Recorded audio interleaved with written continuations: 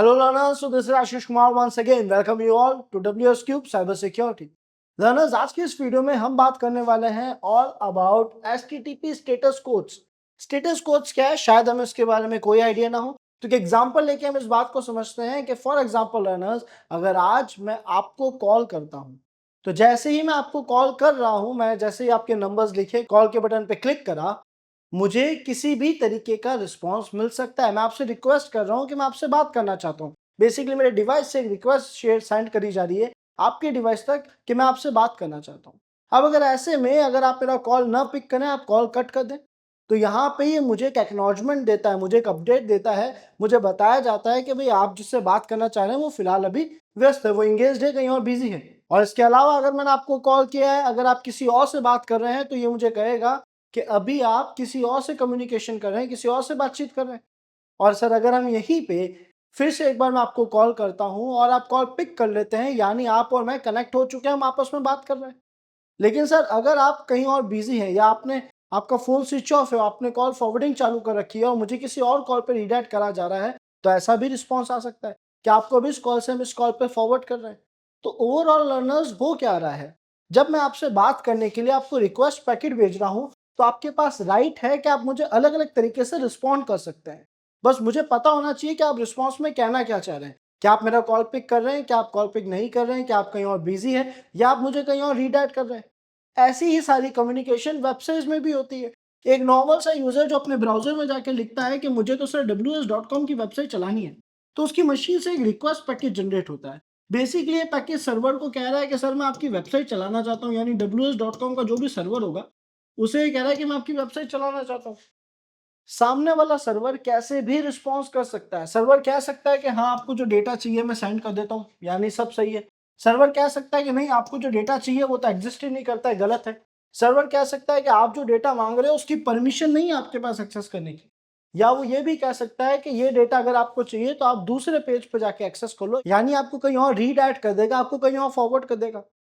अब हमें पता कैसे पड़ेगा कि वो मुझे रिप्लाई दे रहा है, मना कर रहा है, परमिशन माँग रहा है या फिर कह रहा है कि मैं आपको कहीं और भेजूँगा? ये सारी चीज़ें आपको कन्फर्म होने के लिए जब सर्वर आपको रिप्लाई देता है, चारों ही केसेज़ में आपको रिप्लाई तो देगा। किसी में कहेगा कि नहीं आप डेटा एक्सेस नहीं कर सकते, किसी में कहेगा डेटा एक्सेस कर सकते हो, किसी में कहेगा कहीं और जाना पड़ेगा, किसी में कहेगा आपने जो डेटा माँगा है वो एक्ज़िस्ट ही नहीं करता है, गलत लिखा है।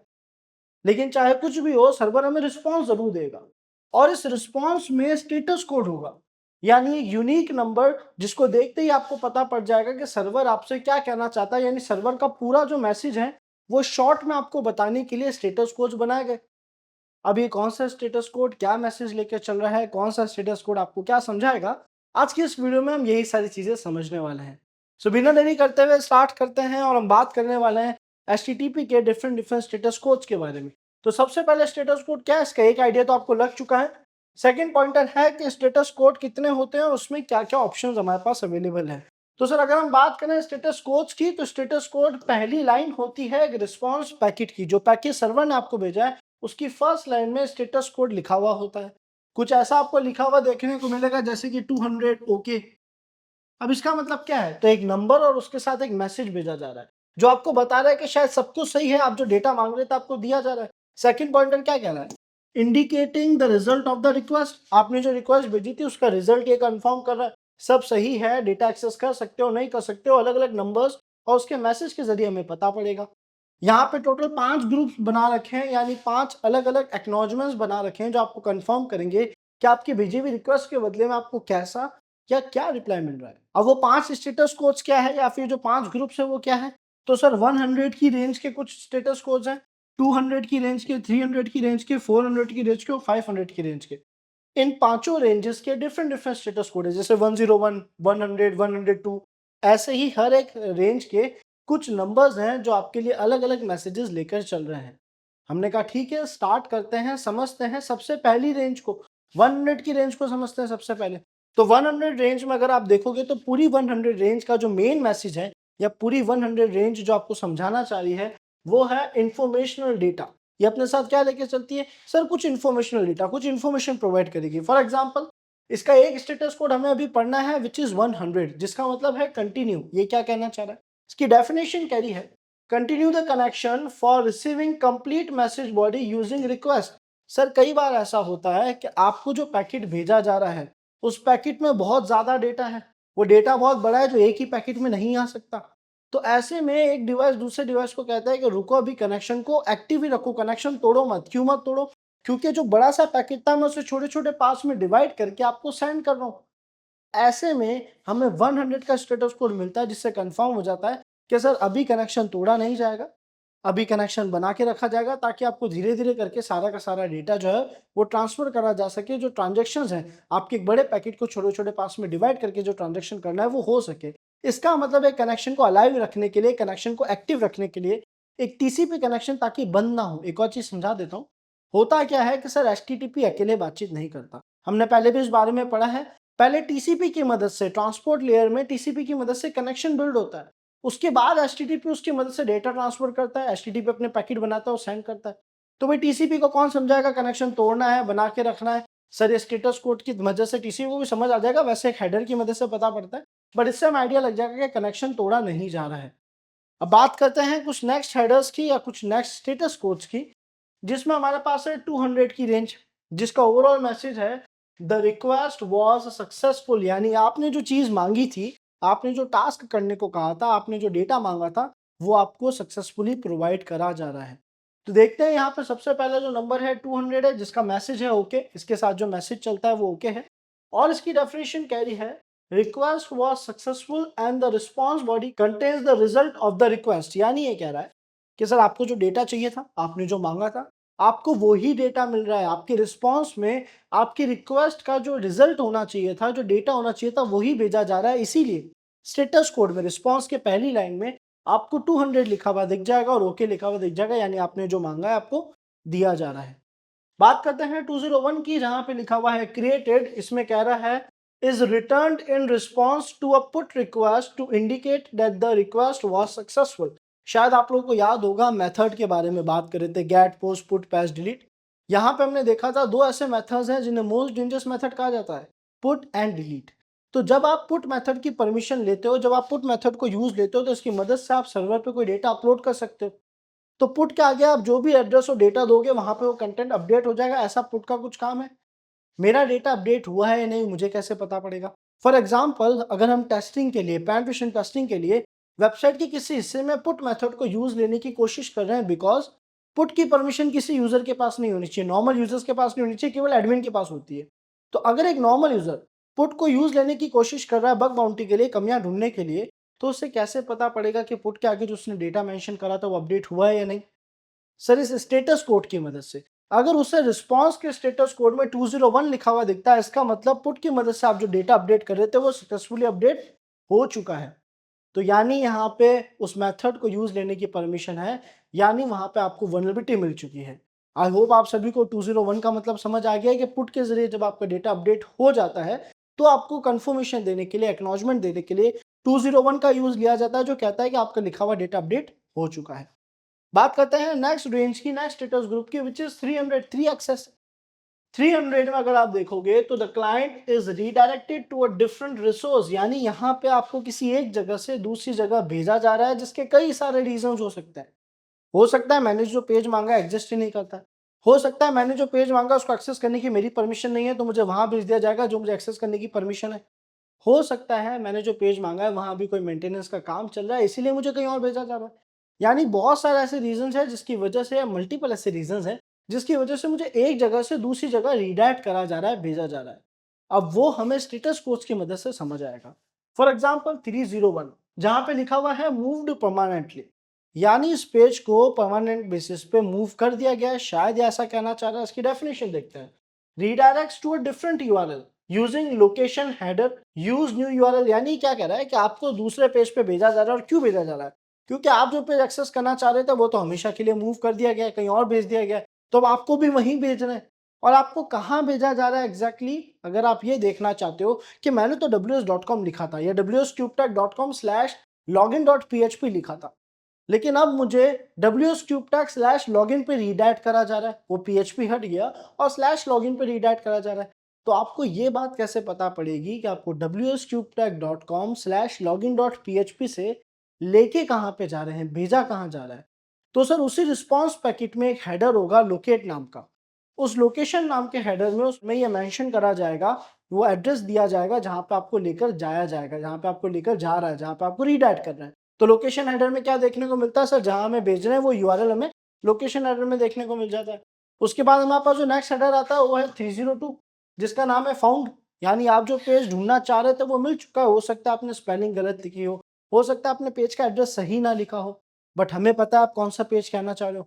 तो हमें वो पेज मिल चुका है, इसलिए अब हम आपको वहां भेज रहे हैं। आपके गलत एड्रेस लिखने पर भी, आपके सही नाम ना लिखने पर भी, अगर हमें पता है कि आप कहाँ जाना चाहते हो, आपने लिखना क्या चाहा, फॉर एग्जाम्पल मैं लिखता हूँ wscuptech.com/login, लेकिन लॉगिन की स्पेलिंग में LOGIIN लिख देता हूँ। तो अब अगर मेरा सर्वर समझ चुका है कि मैं क्या कहना चाह रहा हूँ, अगर उसमें उसका लॉजिक लगाया है, तो वो उस पेज को ढूंढ के मुझे वहां तक भेज देगा, यानी फाउंड का स्टेटस को दिखाएगा, जहां ये क्या कह रहा है, redirects to a different URL using location address same है, revert to the original URL, यानी असल में जहां आपको जाना चाहिए था आपको वहां भेज दिया जाएगा आपकी रिक्वेस्ट के बिहाफ पे।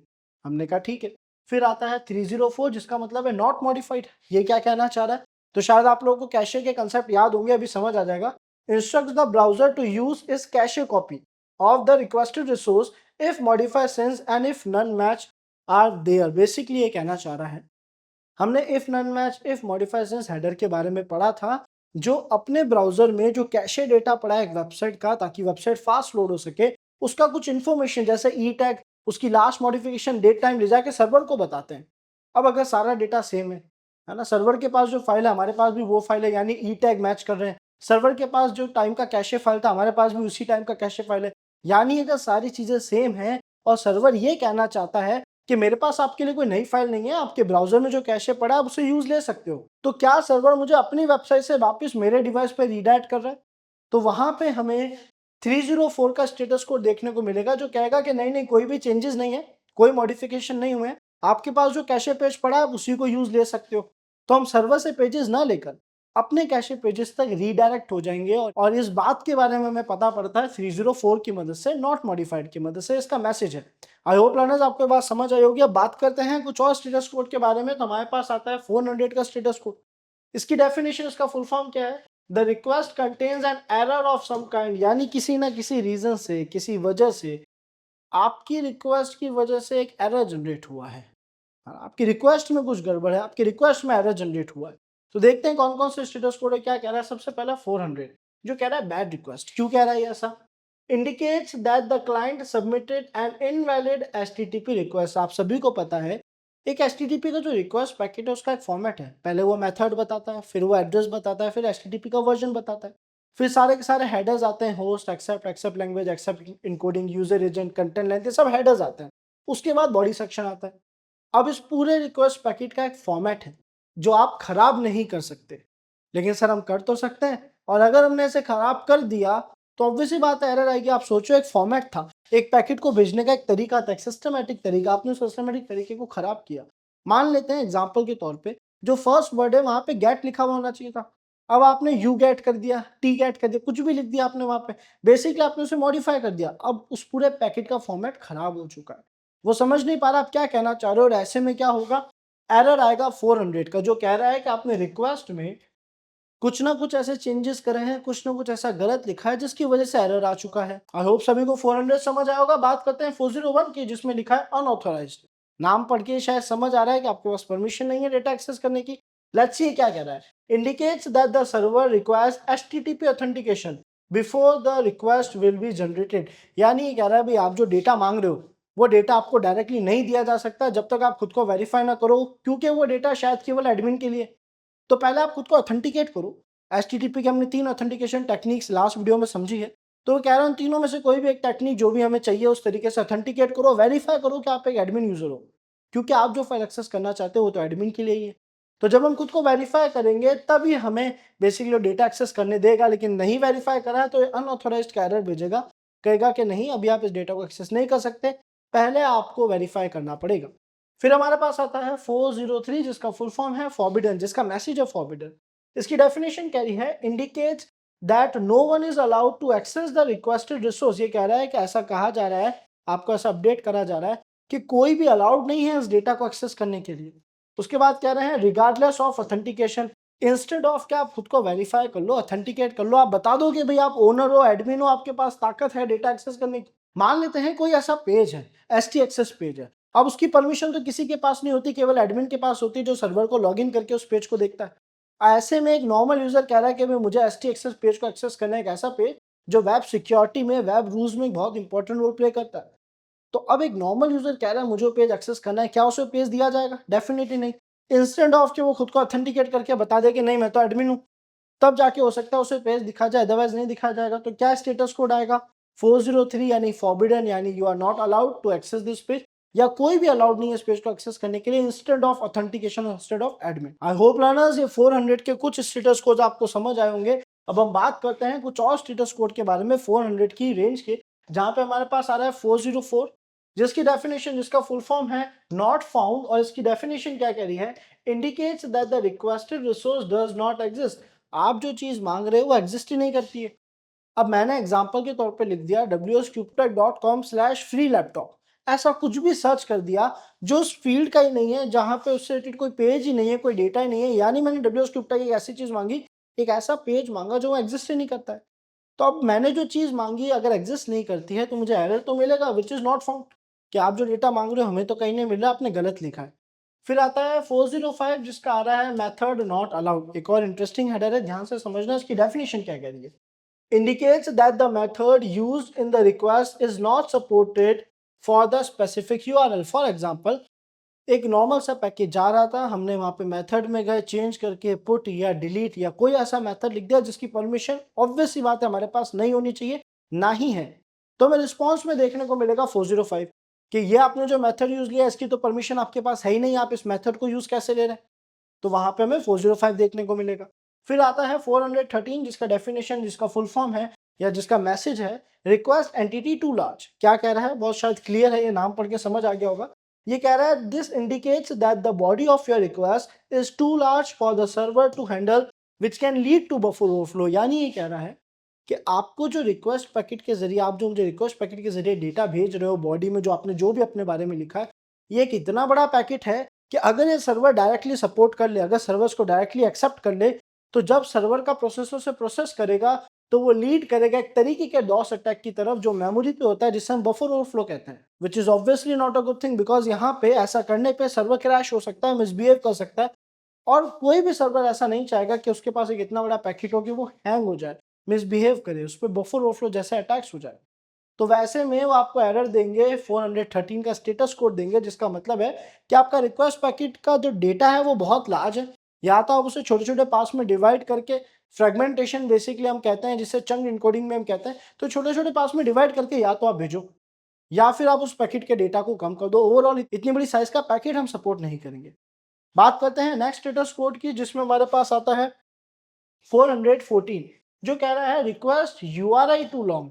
इससे पहले जो पैकेट था वो कह रहा था कि भाई रिक्वेस्ट का जो बॉडी सेक्शन है, जो मैसेज है वो बहुत बड़ा है, लेकिन हमें पता है हमारा डेटा या तो गेट के जरिए जाता है या पोस्ट के जरिए जाता है। गेट में सारा डेटा यूआरएल में जाता है और पोस्ट में सारा डेटा बॉडी में जाता है। अब अगर पोस्ट में मैंने बहुत ज्यादा डेटा भेजा तो इससे पहले वाला एरर आएगा जो कह रहा है कि भाई रिक्वेस्ट बॉडी में बहुत सारा डेटा आपने भेज दिया है। लेकिन अगर मैं गेट के जरिए डेटा भेजूँ और उस यूआरएल में मैंने बहुत ज्यादा डेटा लिख दिया, तो मुझे 414 का एरर कोड दिखेगा, जो कह रहा है कि भाई आपने जो रिक्वेस्ट यूआरएल में डेटा लिखा वो बहुत ज्यादा है। इसकी डेफिनेशन देखो, it indicates that the URL used in the request is too large for the server to handle. वो बहुत बड़ी रिक्वेस्ट है, सर्वर के लिए हैंडल करने के लिए फिजिबल नहीं है, क्योंकि उसके यूआरएल में आपने बहुत सारा डेटा लिख दिया। ये थे हमारे 400 के सारे स्टेटस कोड, जो ओवरऑल आपकी परमिशन, आपकी अथॉरिटी पे ही बातचीत कर रहे हैं कि आपके पास किसी डेटा को एक्सेस करने की परमिशन क्यों नहीं है, आपको रोका जा रहा है बेसिकली। फिर हम बात करते हैं नेक्स्ट कुछ रूल्स के बारे में, जैसे कि 500 स्टेटस कोड, जिसका पूरा मैसेज कहता है the server encountered an error fulfilling your request. यानी आपने एक रिक्वेस्ट भेजी, आप सर्वर से कुछ मांग रहे थे, लेकिन शायद आपने रिक्वेस्ट में कुछ ऐसा लिख दिया, या शायद बाय डिफॉल्ट डेवलपर्स ने सर्वर में कोई गलती कर दी जिसकी वजह से एरर जनरेट हो गए हैं। बात करते हैं सबसे पहले 500 की। क्या कह रहा है? Internal server error indicates that the server encountered an error fulfilling the request, error somewhere within the application process। ये कह रहा है कि भाई आप बातचीत कर रहे थे सर्वर पे, सर्वर में कई सारे टूल्स हैं जो अपना अपना काम कर रहे हैं ताकि वेबसाइट अच्छे से काम करे। फॉर एग्जांपल डेटाबेस मैनेज करने के लिए MySQL है, वो अपना काम कर रहा है ताकि डेटाबेस अच्छे से मैनेज हो। अब या तो आपके लिखे हुए किसी इनपुट की वजह से, या फिर इसमें चांसेस कम है कि आपके लिखे हुए इनपुट से एरर आ रहा है। हो सकता है कि डेवलपर ने जब प्रोग्रामिंग कर रहा था, बैकएंड डेटाबेस को मैनेज कर रहा था, तो कोई ऐसी गलती कर दी जिससे सॉफ्टवेयर मिसबिहेव कर रहा है, सॉफ्टवेयर में एरर आ रही है, वो अच्छे से काम नहीं कर रहा, यानी MySQL अच्छे से काम नहीं कर रहा है। तो ऐसे में हमें रिस्पॉन्स में मिलेगा 500 एरर, जो कह रहा है कि सर यहाँ पे एक सर्वर की एक दिक्कत है। हो सकता है उसके एडमिन ने, सर्वर ने, या किसी की भी गलती से, किसी भी रीजन से सर्वर के किसी सॉफ्टवेयर में एरर आ गया है। ऑब्वियसली बात, अब सॉफ्टवेयर में एरर है तो आपको रिस्पॉन्स नहीं देगा, अच्छे से काम नहीं होगा। तो 500 का स्टेटस कोड हमें वहां पे देखने को मिलेगा। फिर आता है 503 जो कह रहा है सर्विस अनअवेलेबल। इसका मतलब क्या है? The application accessed via the server is not responding, you should verify whether this is the result of any actions you have performed. ये कह रहा है कि आप जिस सॉफ्टवेयर से बात कर रहे हो अब वो आपको रिस्पॉन्ड नहीं कर रहा, क्योंकि सॉफ्टवेयर खराब हो चुका है, उसमें एरर्स आ चुकी है। और वो एरर क्यों आई है, ये आपको मेक श्योर करना है कि क्या आपके लिखे हुए किसी इनपुट से तो एरर नहीं आई, क्योंकि सर्वर ये कंफर्म तो नहीं कह सकता कि नहीं आप ही के लिखे हुए इनपुट से एरर आई है। वो आपको ये कह रहा है कि हो सकता है आपने कोई ऐसा मिलिशियस कोड, कोई ऐसी चीज लिख दी है जिससे सर्वर का जो सॉफ्टवेयर था, उसके अंदर जो सॉफ्टवेयर थे जिससे आप बात कर रहे थे, वो मिसबिहेव कर रहा है। आपके भेजे हुए रिक्वेस्ट पैकेट में आपने जो कोड लिखा है, जो आपने चेंजेस करे हैं, या आपने जो मैनिपुलेशन करा है, शायद उसकी वजह से सर्वर के सॉफ्टवेयर में इश्यू आ रहा है। तो आपको 503 का स्टेटस कोड का एरर देखने को मिलेगा। आई होप लर्नर्स, ओवरऑल हमने जो स्टेटस कोड्स के बारे में पढ़ा, आप सभी को अच्छे से समझ आया होगा, क्योंकि पेन टेस्टिंग में हर एक रिप्लाई हमारे लिए ज़रूरी है। इससे हमें पता पड़ता है कि हम किस डेटा को एक्सेस करने के लिए ऑथोराइज्ड है, कहाँ पे क्या करना चाहिए, कहाँ पे हमारे पुट डिलीट मेथड काम आ रहे हैं, कहाँ नहीं आ रहे। सो लर्नर्स, इसके अलावा अगर आप में से कोई भी इंटरेस्टेड है WSCH वर्जन 3 में, एक बहुत ही शानदार अपॉर्चुनिटी जो WS क्यूब टेक आप सभी के लिए लेके आया है, जो कि है a complete ethical hacking boot camp powered by AI, जिसमें AI के सपोर्ट से आप एथिकल हैकिंग के मल्टीपल स्किल्स सीखते हैं, चाहे वो रेड टीमिंग स्किल्स हो, ब्लू टीमिंग स्किल्स हुए, सारी चीजें आप यहाँ पे सीखते हैं। प्रोजेक्ट्स देखेंगे, उसके अलावा आप साथ साथ सर्टिफिकेट्स भी आपको प्रोवाइड कराए जाएंगे। सो ओवरऑल लर्नर्स, अगर आप लोग इंटरेस्टेड है WSCH वर्जन 3 में, तो नीचे डिस्क्रिप्शन में आप सभी को फॉर्म लिंक मिलेगा, जैसे फिल करके आप आज ही एनरोल कर सकते हैं अपने इस फेवरेट कोर्स में। Thanks for watching this video, मिलते हैं नेक्स्ट वीडियो में।